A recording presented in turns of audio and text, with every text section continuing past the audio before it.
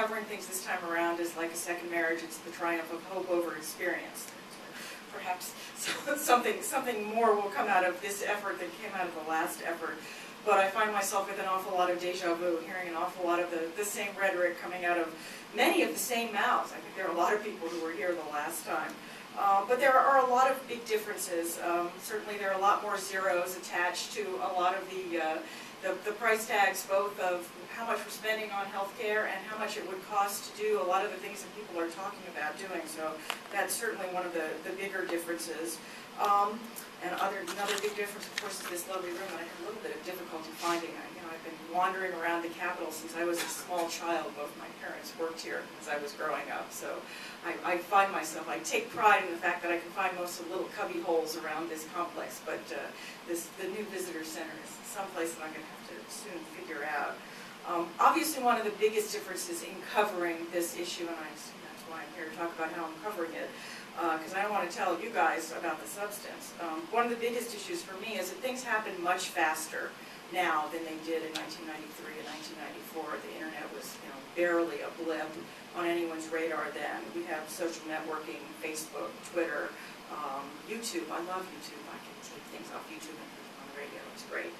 I'm obviously on Facebook and get story ideas on Twitter, so I think that they're great things. But certainly it makes for information passing around that's sometimes accurate and sometimes not, and sometimes can take hold, and it can be good and it can be questionable too. I thought I would give you sort of a little bit of an idea of my day. It also changes really the way I do my job. Now, luckily, for a long time I was doing two jobs. I was working half-time at NPR and half-time at Congress Daily. Now I'm pretty much full-time at NPR. I write my column for Congress Daily. But even in my only one main job, I have a lot to do.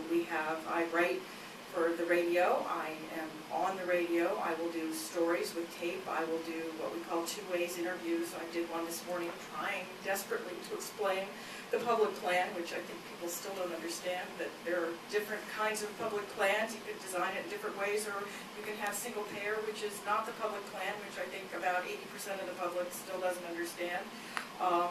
So that's something that I think still requires a lot of explanation.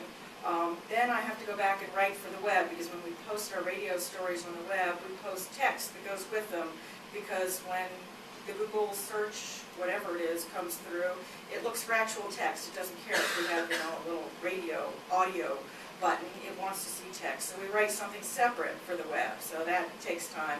Then we have a blog that we're doing, a separate health blog on NPR.org. So we've got to write for the web, we've got to write for the blog, we've got to write for radio, we have to do radio interviews. So that's 4 different multimedia things, basically. Then I get called by the Diane Ring show I was on yesterday. I get called by local stations.